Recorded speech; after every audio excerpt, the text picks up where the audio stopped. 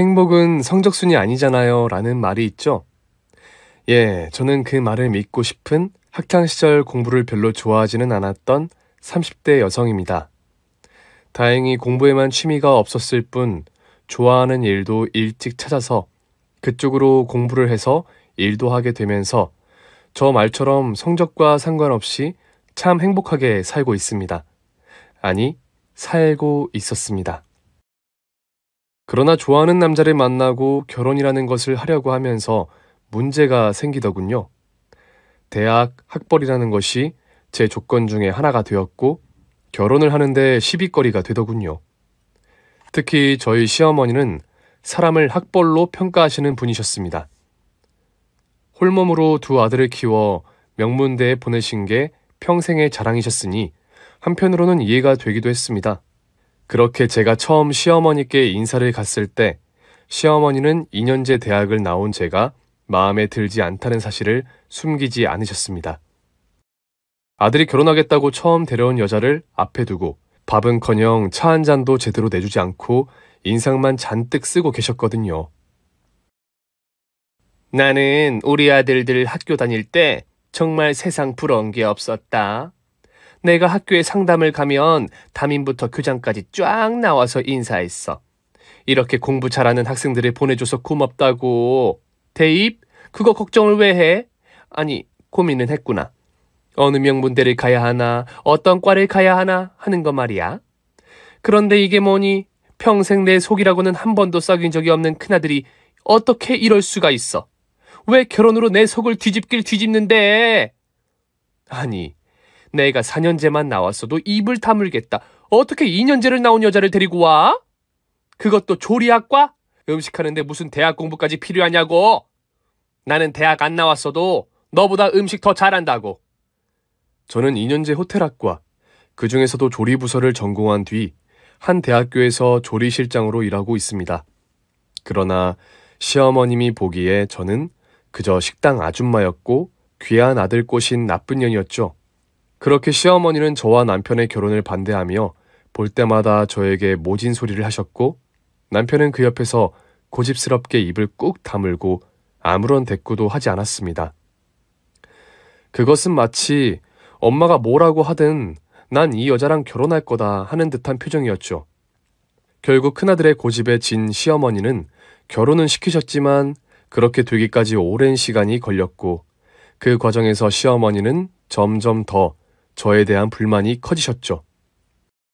저희 결혼식장에서도 너무 서럽게 우셔서 친척분들이 민망해 하시면서 저희에게 사과하실 정도셨으니까 말해 뭐 하겠습니까? 이제 우리 집 핏줄이 멍청해지겠구나. 내가 내 자식들을 똑똑하게 낳아서 똑똑하게 기르려고 얼마나 노력을 했는데 내 노력이 이렇게 망가지는구나. 내 아들이 아무리 똑똑해도 엄마가 모자란데 손주라고 똑똑한 애가 나오겠니? 시어머니는 신혼여행 다녀온 저에게 굳이 임신하려고 노력할 것도 없다면서 저런 막말도 하셨습니다. 저런 말을 입에 올릴 수 있는 시어머니가 얼마나 좋은 유전자를 가진 핏줄인지 궁금했지만 그래도 나름 새색시라고 참고 넘겨버렸지요. 그래도 저는 제가 할 도리를 다 했습니다. 제가 남편을 사랑하는 만큼 그 남편을 낳아준 시어머니께 정성을 다하고 싶었거든요. 그래서 일주일이면 몇 번씩 안부 전화를 했고 명절이면 남편보다 하루 먼저 가서 차례 준비를 도왔습니다. 제사는 물론 시어머님 생신이나 어버이날 같은 기념일도 잘 챙겼습니다. 특별한 날이 아닌 평소에도 딸이 없는 시어머님께 딸처럼 살갑게 굴려고 노력했습니다. 다른 사람하고 식당에 갔다가도 맛있으면 포장에다가 시어머님께 맛보시라고 가지고 갔고 쇼핑을 갔다가 시어머님에게 어울릴 만한 것이 눈에 띄면 작은 것이라도 선물해 드리려고 했습니다. 집에서 손님이라고 치른다고 하시면 직접 가서 도와드리면서 체면을 세워드리려고 했고 큰 돈은 아니라도 빼먹지 않고 용돈을 챙겨드렸습니다. 그러나 제가 아무리 노력해도 시어머니에게 저는 부족하고 못난 2년제 대학밖에 못 나온 나쁜 머리를 가진 주제에 똑똑하고 귀한 자신의 아들을 뺏어간 눈이 차지 않는 못난 며느리일 뿐이었습니다. 그런데 남편의 동생이 결혼하겠다고 여자를 데려오면서 상황은 더욱 나빠졌습니다. 시어머니의 기준에서는 저와 하늘과 땅 차이로 수준이 다른 시어머니 눈에 차다 못해 완벽한 며느리가 동서로 들어오게 된 것이었죠. 세상에, 교수? 진짜? 지금 교수라고 했니? 대학에서 강의를 한다고? 어쩜, 그럼 공부를 얼마나 한 거야? 대학원도 나왔겠네? 그러니까 교수까지 됐겠지? 머리가 좋아서 그런가 눈이 초롱초롱하니 영롱하고 맑은 게 어쩜 이렇게 귀하게 생겼을까? 그래서 대학에서는 뭘 가르치는데? 패션 디자인 학과? 세상에, 그러니 이렇게 옷 입은 것부터 액세서리까지 하나하나 세련됐구나. 머리도 좋은데 세련되기까지 하고. 세상에, 어쩜 이렇게 완벽한 아가씨를 데려왔어. 아주 다 모든 게 완벽하게 마음에 들어. 남편의 동생이 결혼할 여자라고 데리고 온 동서는 머리끝부터 발끝까지 나 패션에 신경 쓰는 여자야, 나 세련됐어 라고 써있는 듯한 모습을 하고 있었습니다. 깔끔하게 다듬어진 손톱들은 화려한 색은 물론 보석 파츠까지 잔뜩 단 네일아트로 손질되어 있었고, 청담동에서 했다는 화장과 머리는 세련돼 보였습니다. 그렇게 동서는 10cm도 넘을 것 같은 하이힐에 명품 원피스에 명품 가방을 들고 와서는 시어머니의 열렬한 환영을 받더니 앉은 자리에서 일어나지 않고 저에게 손짓을 하더군요. 아주머니, 저 물 한 잔만 부탁할게요. 제가 긴장을 해서 그런가 목이 좀 마르네요. 혹시 홍차나 녹차 있으면 그것도 괜찮아요. 제가 다이어트 때문에 단 건 안 먹어서요. 이런 주스 첨가물 잔뜩 들어간 주스가 좀 그렇네요. 네? 어머, 일하는 아주머니 아니셨어요? 세상에, 형님이시라고요?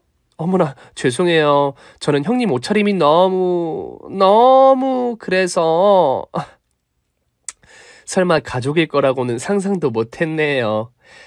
그나저나 취향 참 독특하시네요. 옷차림이나 전반적으로.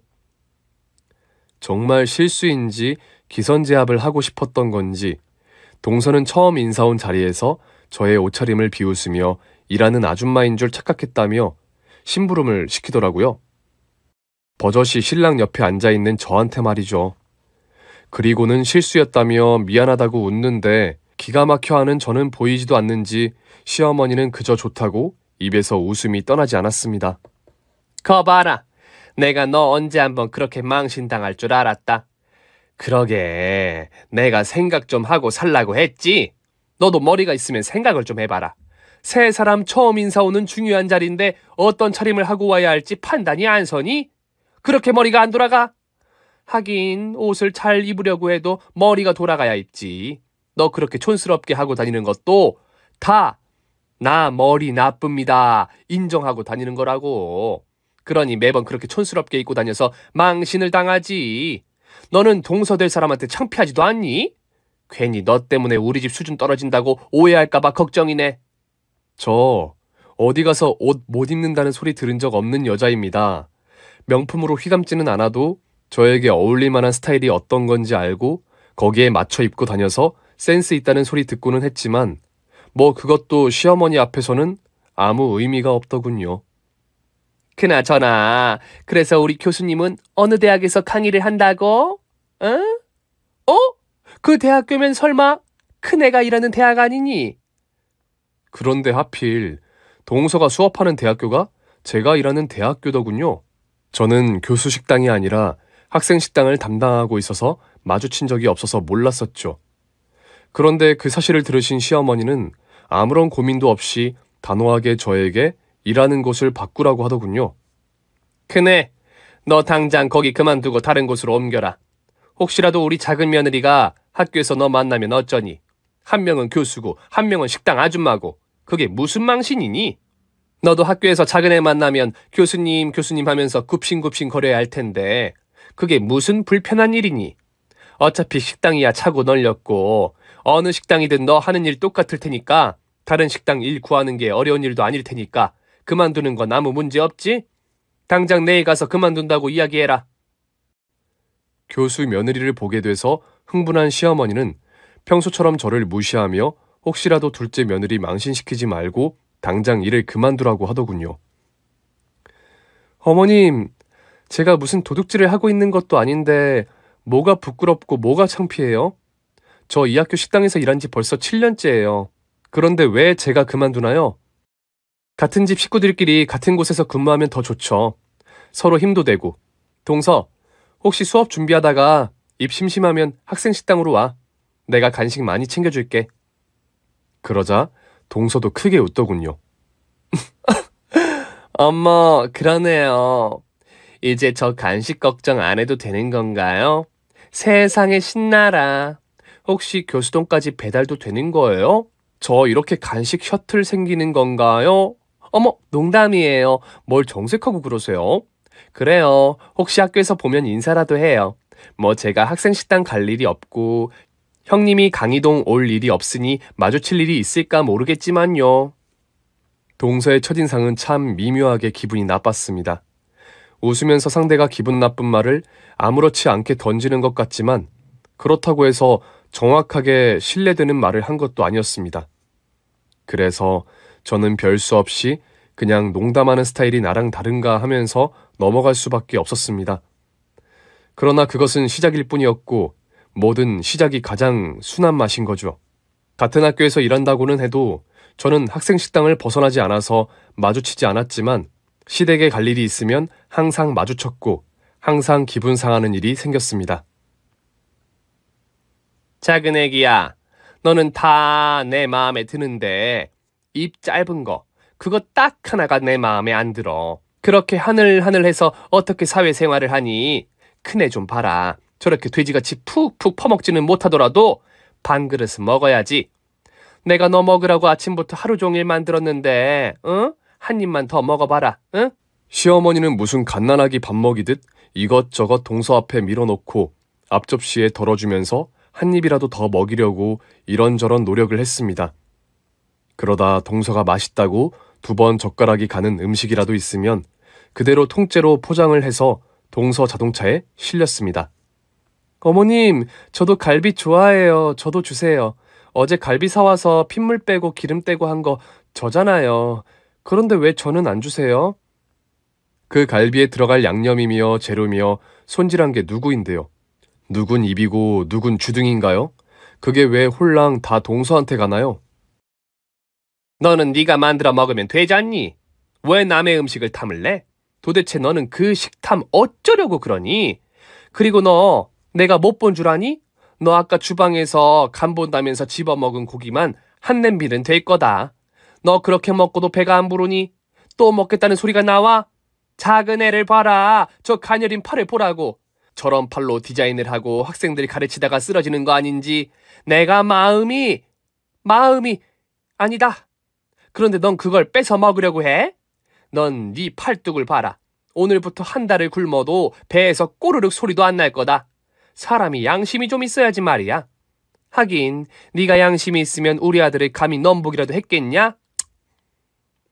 아니, 제가 사온 고기로 제가 손질해서 제가 양념했는데 그게 왜 동서 음식인가요?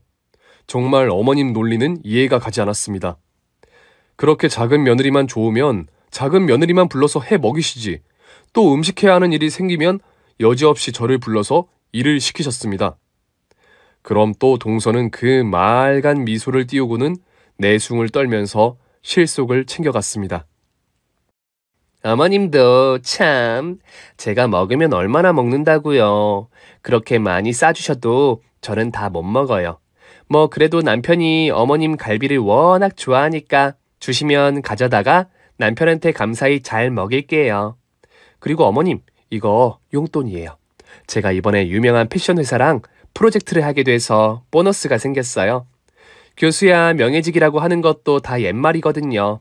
교수도 능력 있으면 학교 밖에서 외부 프로젝트 따와서 진행할 수 있거든요. 제가 그런 프로젝트를 진행하는 게 좀 많거든요. 제가 디자인 공모에서 상을 많이 받는데요. 그럴 때마다 일이 연결이 되거든요. 제가 일 많이 따서 어머님 용돈 많이 드릴게요. 시어머니 입이 정말 함지박만하게 커지더군요. 아니, 세상에 또 그래? 교수가 그렇게 돈을 많이 벌어? 세상에 이게 다 얼마야? 내가 말년에 무슨 복이냐. 교수 며느리가 용돈까지 턱턱 주고. 아이고, 내가 그동안 모자란 며느리 때문에 속이 문드러졌는데 이제야 제대로 된 며느리를 봤구나. 고맙다 고마워. 이 고운 손으로 번 돈을 내가 아까워서 어떻게 쓰나. 아이고, 내가 무슨 복이냐 정말. 그렇게 시어머니는 명절에 공모전 준비해야 한다면서 안 온 동서가 며칠이나 지난 뒤 와서 준 용돈 봉투를 받고는 동서의 손을 잡고 눈물이라도 흘릴 것처럼 감격하시더군요. 명절에 와서 용돈도 드리고 장도 봐드리고 일까지 한 큰며느리는 눈에 들어오지도 않으시고 말이죠. 시어머니가 자기를 예뻐하는 게 보이자 동서는 슬슬 더 선을 넘기 시작했습니다. 형님은 2년째 나오셨다고 하셨죠? 그래도 식당 아줌마 중에서는 초엘리트네요. 그 식당에서 일하는 아줌마 중에서 대학 나온 건 그나마 형님이 유일하시죠? 형님, 거기서는 대장이시겠어요? 제일 엘리트신 거세요? 진정한 뱃머리네요. 그런 거 보면 형님 머리 좋으신 건가 봐요. 자기가 대장할 수 있는 데를 기가 막히게 찾으신 거 보면요. 저도 어디 가서 말로 지는 사람이 아닙니다. 동서는 지성의 전당이라는 곳에서 학생들을 가르치는 교수라는 사람이 무슨 그런 편협한 말을 해? 사람 등급이 공부로 나누고 학벌로 나뉘어? 대장은 뭐고 엘리트는 뭐야? 설마 학생들한테도 그렇게 가르치는 거 아니지? 사람이 자기 하는 일 열심히 하면 충분하지 왜 거기서 천한 일이 있고 귀한 일이 있는 것처럼 말을 하고 그래? 그러나 이미 그 집에서 제 위치는 동서 아래, 그 바닥 아래로 정해진 뒤였습니다. 당연하죠. 저는 학생들한테도 현실적으로 가르쳐요. 니들 열심히 일해서 최고까지 올라가라. 2년제 나온 사람, 4년제 나온 사람, 대학원까지 나온 사람이 어떻게 똑같은 사람이냐. 시작점이 다른 거다라고요. 솔직히 지금 같은 집안 남자랑 결혼한 거 말고 저랑 형님하고 무슨 공통점이 있어요? 저랑 형님 사회에서 만났으면 이렇게 말 편하게 못하세요. 아니, 아예 말 섞을 일 자체가 없으려나요? 그리고 비웃음을 잔뜩 띄우고는 저를 머리끝부터 발끝까지 흘낏거리더군요. 그러면서 제가 학생들한테 또 하나 강조하는 게 있어요. 제발 옷을 좀 깔끔하고 세련되게 귀하게 입어라. 시장통에서 산 것 같은 한 장에 10,000원이면 살 것 같은 그런 퍼지는 옷 입을 거면 내 수업에는 들어오지를 말아라. 나는 옷차림만 봐도 그 사람의 수준이나 마음가짐이 보인다. 대충 입은 옷은 그 사람의 마음가짐도 대강으로 보이게 하고 그런다고요. 그러니 형님도 좀 꾸미고 다니세요. 아주버님 벌이가 그렇게 힘드세요? 어쩜 그렇게 매번 똑같은 옷이세요? 제가 입던 옷을 좀 챙겨다 드리고 싶어도 사이즈가 워낙 다르니 뭐 드릴 수도 없고 말이에요. 형님 사이즈 어떻게 입으세요? 설마 아주버님하고 사이즈 같아서 막 옷 같이 입고 그러시는 건 아니죠? 형님은 진짜 제 학생이 아닌 거 다행인 줄 아세요. 제 학생이었으면 매번 수업에서 쫓겨났을 거예요. 옷이 너무 거지 같아서요. 그런 소리를 하며 깔깔거리며 웃는 동서나 함께 웃고 있는 시어머니도 어이가 없었지만 제일 황당했던 건 그 상황에서 아무 말 없이 그냥 주먹만 꽉 쥐고 있던 남편이었습니다. 나라고 어떻게 화가 안 나겠어. 그런데 거기서 내가 끼어들어봤자 뭐가 달라지겠어. 여자들끼리 이야기고 잘 들어보면 그냥 자기 학생들 이야기로 들을 수도 있고 그냥 당신도 화가 나겠지만 한 귀로 듣고 한 귀로 흘려. 결혼을 허락받을 때는 남편의 그 침묵이 든든했었지만 남편이 다른 시댁 일에도 침묵만 유지하자 저는 점차 화가 나더군요. 그러나 아무리 제가 화를 내도 남편은 그것이 가정의 평화를 지키는 일이라며 고집을 부렸습니다. 어쩌겠습니까? 남편의 생각이 그렇다는데요. 그럼 저도 남편에게 맞출 수밖에요. 결국 저도 제 마음의 평화를 위해서 시댁에 가는 일을 피하게 되었습니다. 괜히 시댁에 갔다가 동서와 마주치면 동서만 예뻐하는 시어머님과 싸가지 없는 동서 때문에 기분이 상했고 동서가 없을 때는 죽도록 일은 하고서 수고했다는 소리 한마디 못 듣는 게 억울해졌거든요. 그래서 시어머님께 안부 전화하는 것도 특별히 할 이야기가 없다면 하지 않게 되었고 할 이야기가 생겨도 신랑을 통해서 하게 되었습니다. 따로 음식을 챙기거나 용돈, 선물을 챙기는 것도 끊어버렸습니다. 그렇게 예뻐하는 동서에게 받으시면 될 테니까요. 그러나 그렇게 시댁을 피해도 동서의 깐족거림은 피할 수가 없더군요. 형님, 제가 오늘 급하게 나오느라 아침을 못 먹고 나와서요. 지금부터 영광이라 식당 갈 시간도 없으니 형님이 김밥 좀 만들어서 강의실로 좀 가져다 주세요. 저는 시금치 말고 오이 넣어야 하고요. 당근이랑 우엉은 채 잘게 썬 거 좋아해요. 음료수는 학교 앞에 있는 새로 생긴 커피숍에서 따뜻한 아메리카노로 사다 주세요. 어떤 날은 이런 싸가지 없는 메시지가 도착하기도 했습니다.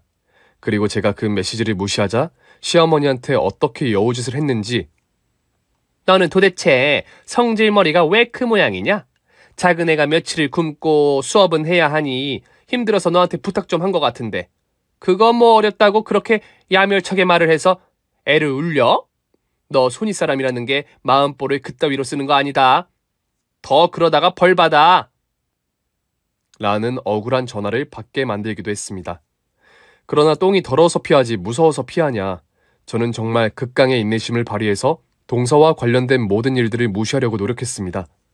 그러다 도저히 더는 참을 수 없는 일이 생기고 말았습니다. 그날은 교수식당에서 일하던 직원들 중 한 명이 갑자기 맹장이 터졌다며 실려 나간 날이었습니다.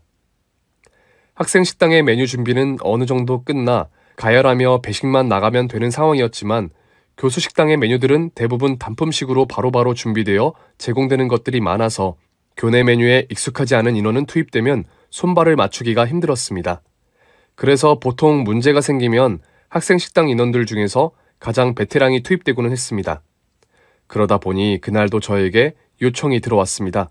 혹시라도 동서를 만나면 불편할 것 같아 거절하고 싶었지만 생각해보니 제가 굳이 피할 이유가 없더라고요. 그리고 원수는 외나무 다리에서 만나는 거죠.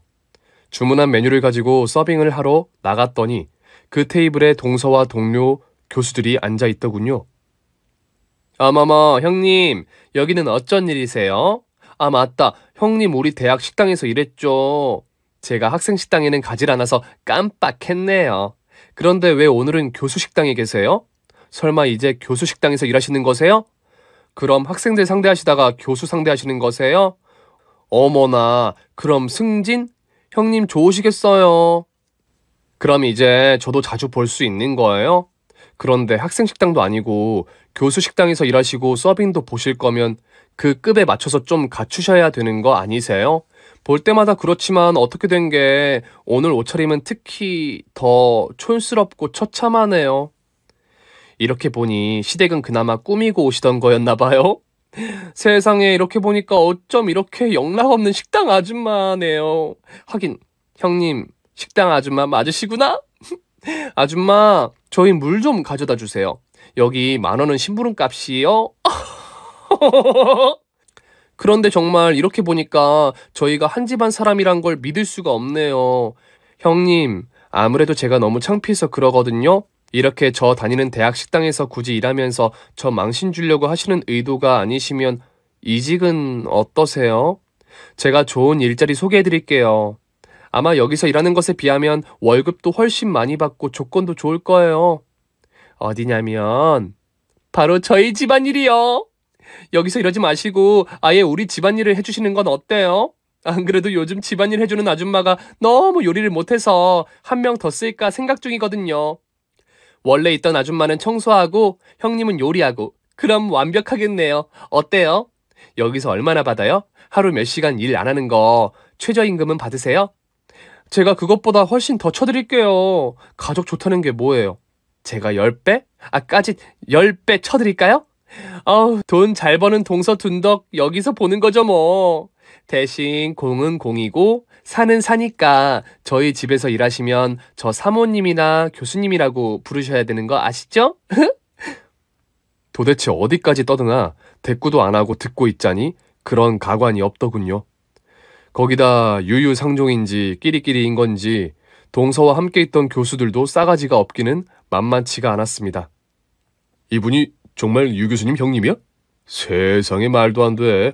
세련되고 멋지기로 우리 대학 최고인 유 교수님한테 어떻게 저렇게 촌스러운 형님이 있을 수가 있어?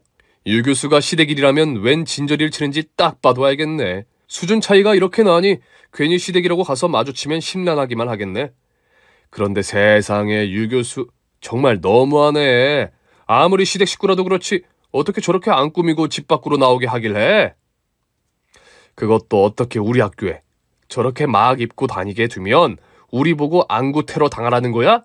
저런 사람이 일하는 거 보면 남들이 우리 학교를 뭘로 보겠어? 이러다 우리 학교 수준까지 의심받는 거 아니야?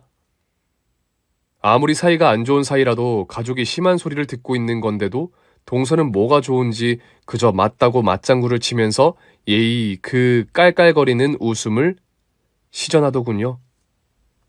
그 순간이었습니다. 그래도 가족이라고 미워도 내 식구라고 감싸던 제가 바보같이 느껴지더군요. 동서, 잠깐 나와. 나랑 얘기 좀 해. 도저히 화가 나서 참을 수가 없고 당장 폭발할 것 같았지만 그래도 가족이니까 손윗사람으로서 아랫사람에게 마지막으로 한 번의 기회는 더 주고 싶었습니다. 그래서 동서와 마지막으로 이야기를 해보려고 했습니다. 그러나 동서는 마지막까지 그 기회를 차버리더군요. 동서는 제가 잡은 손을 거칠게 뿌리치더니 매섭게 째려보면서 자기 손을 닫고 옷을 털어냈습니다. 아니, 이 아줌마가 미쳤나? 이 옷이 얼마짜린지는 알고 음식하던 지저분한 손으로 함부로 만지고 그러는 거야? 아줌마, 내가 예전에도 말했지. 내가 재수가 없어서 아줌마랑 한 집안 남자 만나 결혼한 것 때문에 어쩔 수 없이 가족이라는 울타리 안에 들어갔고, 그래서 시댁에서는 어쩔 수 없이 형님 동서하니까 내가 우습게 보여? 왜 이렇게 공사 구분을 못해? 아줌마랑 나랑 시댁에서나 가족이고 형님 동서지 여기서는 직장이잖아. 나는 이 대학 교수고 아줌마는 이 대학 식당 아줌마고. 그런데 어디 주제 파악 못하고 함부로 옷을 잡아 끌어당기고 말을 섞어? 이렇게 공사 구분을 못하니까 무식하다고 욕을 먹는 거야. 내가 이래서 사람 학벌을 본다니까. 주제 파악을 못하잖아, 주제 파악을. 내가 오늘은 처음이니까 봐주는데 다음에 또 함부로 이러면 내가 인사팀에 말해서 아줌마 당장 자르라고 말할 테니까 조심 좀 해요. 네? 그러면서 자기 앞에 있던 식판을 제 쪽으로 밀어서 떨어뜨리고는 동료 교수들과 유유히 사라지더군요. 그렇게 수군거리는 사람들 틈에서 멍하니 서 있자니 정말 자괴감이 들더군요. 아, 내가 사람이 아닌 것을 사람 취급해 주려다가 봉변을 당하는구나. 사람이 아닌 것에게 사람 같은 행동을 기대하니까 이렇게 망신을 당하는구나. 저는 그렇게 동서에 대한 마음을 다 접기로 결정했습니다. 그리고 모든 것을 밝히기로 결심했고요. 다음 날 저는 챙길 것을 챙겨 다른 날보다 일찍 제가 일하는 대학교로 향했습니다. 그렇게 제가 향한 곳은 교내 식당이 아니라 대학 총장실이었습니다. 총장님 출근하셨나요? 오늘 뵙기로 약속했는데요. 좋은 일이 아닌 불편한 일로 만나 뵙게 되는 것이라 죄송했지만 이것도 결국 가족을 위하는 일이라고 생각해서 결심을 한 것이었습니다. 어쩐 일이냐? 안 그래도 슬슬 연락 한번 해보려고 했다. 어떻게 된 애가 한 학교에 있으면서도 얼굴을 볼 수가 없어? 넌 큰아버지가 잘 지내나 궁금도 안 해? 이렇게 싸가지 없는 조카가 어딨어? 그냥 지나가다 심심하면 들러서 놀다 가고 목마르면 와서 차 마시고 가라니까. 어쩜 이렇게 무심해? 내가 학생 식당으로 밥이나 먹으러 가야 만날 수 있고 너 계속 그러면 이 큰아버지 너무 섭섭하다. 사실 제가 굳이 이 대학교의 학생 식당에서 일하는 것을 고집하는 이유는 총장이신 큰아버지 때문이었습니다.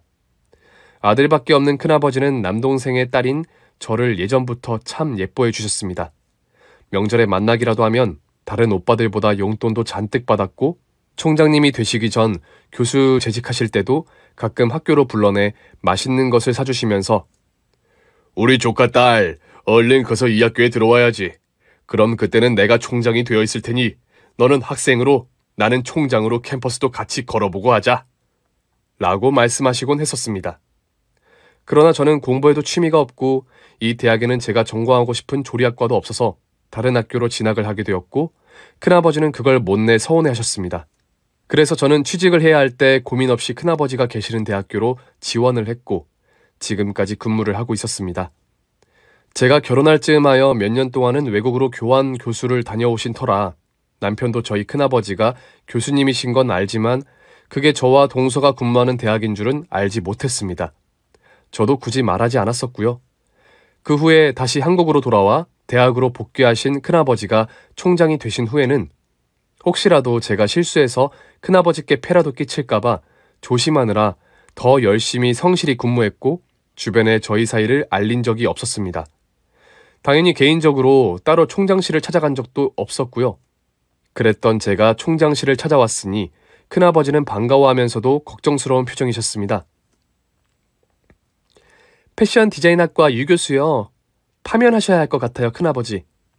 그리고 갑작스러운 저의 말에 놀란 큰아버지는 정말 눈을 크게 뜨셨죠.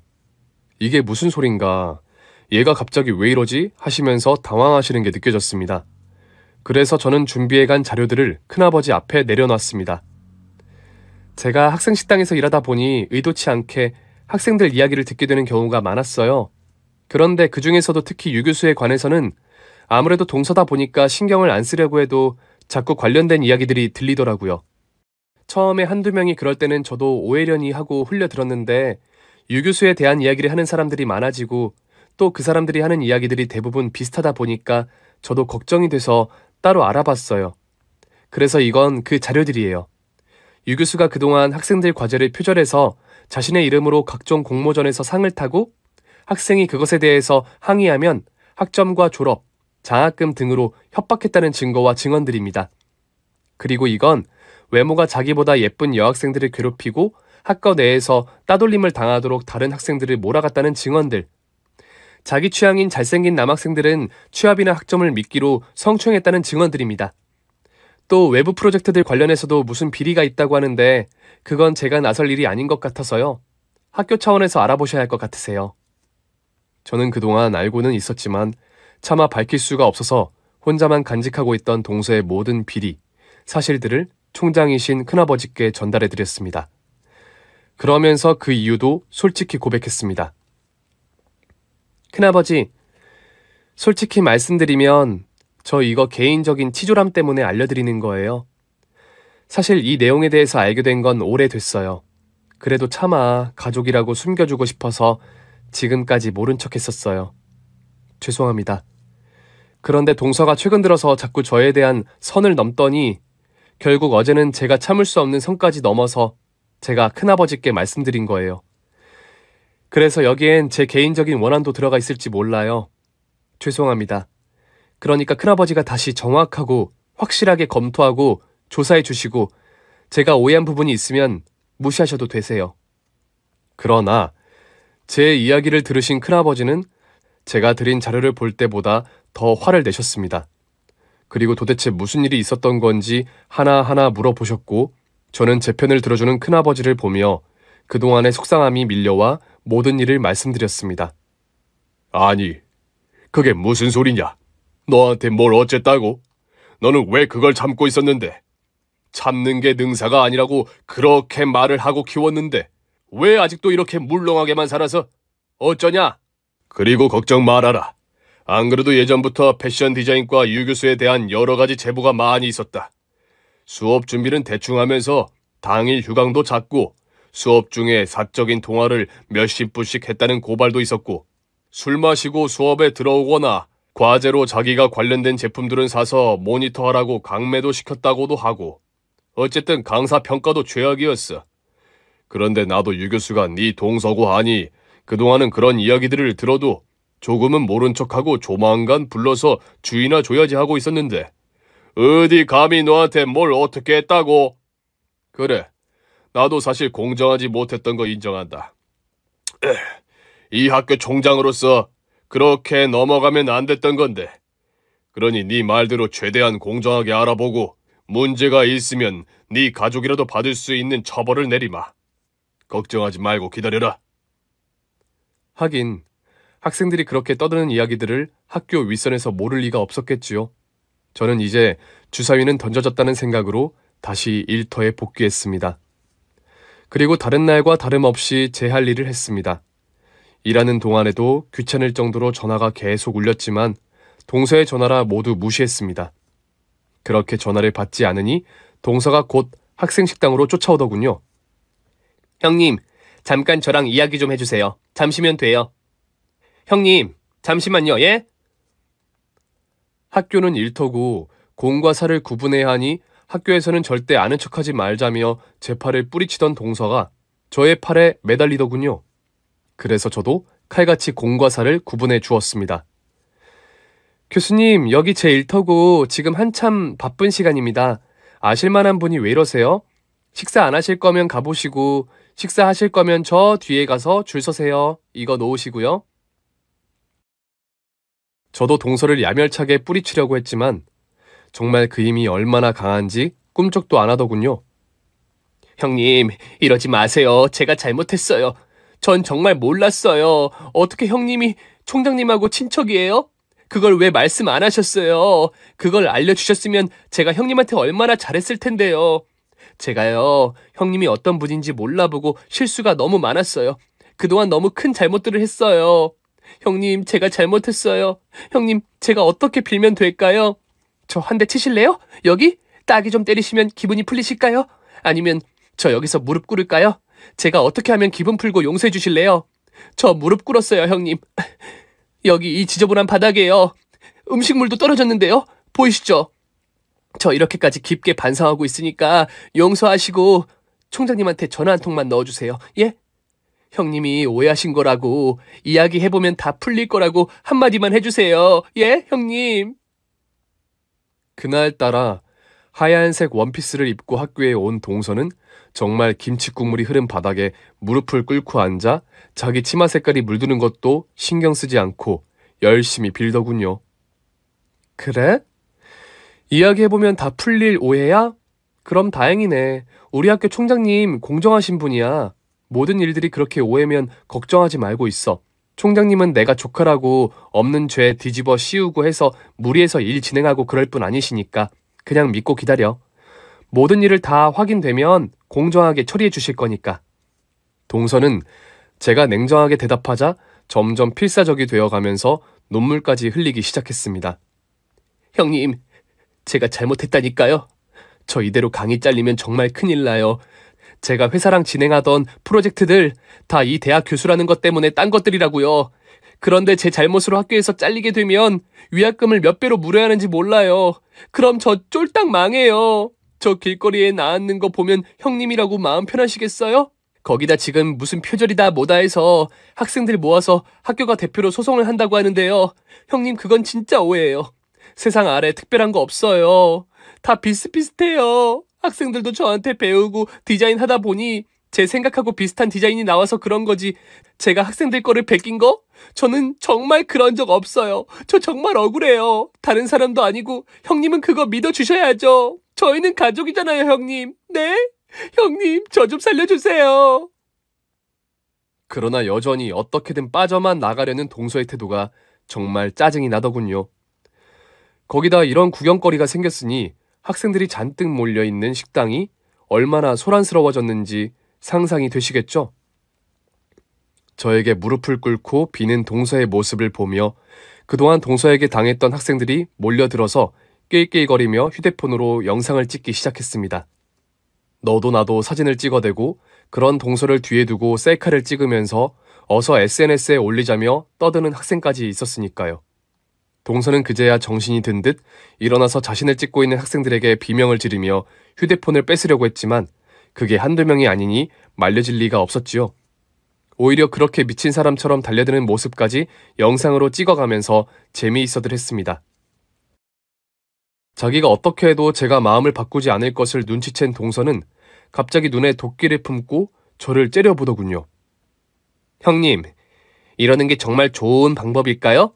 제가 형님 때문에 교수에서 잘렸다고 하면 시어머니랑 저희 남편이 가만히 있겠어요?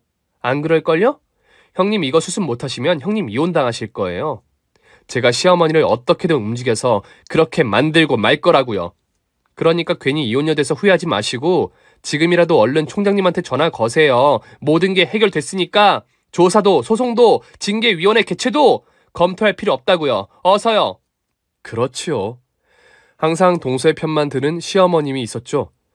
그리고 실제로 동서가 저 때문에 교수에서 잘렸다고 한다면 시어머니가 저를 얼마나 들볶을지는 충분히 상상이 됐습니다. 까짓 이혼하는 게 무서울 건 없지만 그렇다고 그걸로 동서에게 협박당하는 건 기분이 나빴습니다. 그래서 저 역시 마지막 카드를 깠습니다. 동서, 그런데 내가 아직 우리 큰아버지한테 안 넘긴 자료가 있거든? 이건 내가 특별히 큰아버지가 아니라 방금 서방님한테 문자로 전송했어. 동서가 외부 프로젝트 딸 때 성접대했다는 소문들도 있더라? 이런 건 정말 집안 창피한 일이라서 내가 차마 큰아버지한테는 못 드렸어.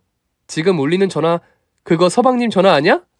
아마 동서한테 확인 전화하는 중인가 본데 안 받아도 되는 거야? 동서는 정말 하얗게 질린 얼굴로 저와 휴대폰을 번갈아 보더니 휴대폰을 바닥으로 집어 던지고는 마구 밟으려고 하더군요. 항상 우아하고 세련된 모습, 풀메이크업이 아니면 부끄러워서 집 밖을 나가지 못하다던 동서가 머리는 산발을 하고 화장은 다 번져서 귀신 같은 모습으로 원피스에 김치 국물까지 묻혀서는 휴대폰 위를 뛰는 모습은 정말 진귀한 광경이었습니다. 그건 다른 사람들이 보기에도 그랬는지 그때 찍힌 동영상은 땡땡대 패션학과 교수의 진정한 하이패션이라는 제목으로 인터넷을 강타했고 동서는 그렇게 염원하던 1000만 뷰 영상을 가진 인기인이 되어버렸죠. 그 후는 모든 일이 빠르게 진행되었습니다. 동서는 교수직에서 파면된 것은 물론이고 프로젝트를 진행하던 회사들은 품위 유지 조항 위반으로 위약금을 청구해서 집과 차, 예금을 다 처분하고도 아직도 갚아야 할 금액이 한참을 남았다고 하더군요. 거기다 학교에서는 그동안 동서에게 디자인을 빼앗긴 일 등 피해 사실들의 증거를 모아서 대리소송을 시작했고 지금도 진행 중입니다. 그런 일들이 있으니 당연히 다른 대학들에서도 교수 자리는 물론 시간 강사 자리도 얻지 못했고 교수였던 경력을 내세워서 디자인 쪽 학원 강사도 알아본 모양이지만 이미 인터넷 스타가 돼서 그것마저 불가능했다고 합니다. 돌아가는 상황을 알게 된 서방님은 동서와 이혼했고 돈도 없어진 동서는 결국 패션 쪽과는 전혀 상관이 없는 인터넷에 익숙하지 않은 어른들만 있는 곳을 찾아서 일자리를 구하다 보니 아이러니하게 정말 조그만 식당에서 설거지를 하는 일을 구했다고 합니다. 우연히 그런 동서를 보게 된 지인의 말로는 옷차림과 모습이 너무나 달라져서 정말 자기가 본 게 그 사람이 맞는지 몇 번이나 다시 보면서 확인했을 정도였다고 하더라고요. 그런 일이 벌어지니 시어머니는 제가 교수 며느리를 뺏은 것 같았는지 원망을 하셨지만 저희 남편이 이번에는 입을 열어 제 편을 들어주더군요. 제발 잘못한 거 하나 없는 며느리 그만 잡으라고요. 이번 일 지내고 나니 식구라고는 우리 부부 둘뿐인 것 같으니 앞으로는 보지 말고 살자고 선을 그어주었습니다. 서방님 역시 엄마가 형수님을 너무 학벌로 구박해서 자기는 여자 다른 거 안 보고 학벌만 받다가 이렇게 되었다며 자기가 이혼하고 인생 망친 게 다 엄마 때문이라며 원망을 하며 이제는 시어머니를 안 보고 사신다고 들었습니다. 그렇게 학벌로 자식들 비교하고 구박하던 시어머니는 이제 그렇게 비교할 자식들이 아무도 안 남은 외로운 시간을 보내게 되셨습니다. 저는 언젠가 마음이 풀리면 시어머니를 다시 볼 수도 있다고 생각했지만 남편이 절대 자기 엄마를 다시 보고 싶지 않다고 하니 아무래도 그럴 일은 없을 것 같네요. 오늘 준비한 사연은 여기까지입니다. 재미있게 들으셨다면 구독과 좋아요, 알림 설정을 눌러주세요. 그럼 저는 다음 사연으로 찾아뵐게요. 모두 건강하시고 행복하세요.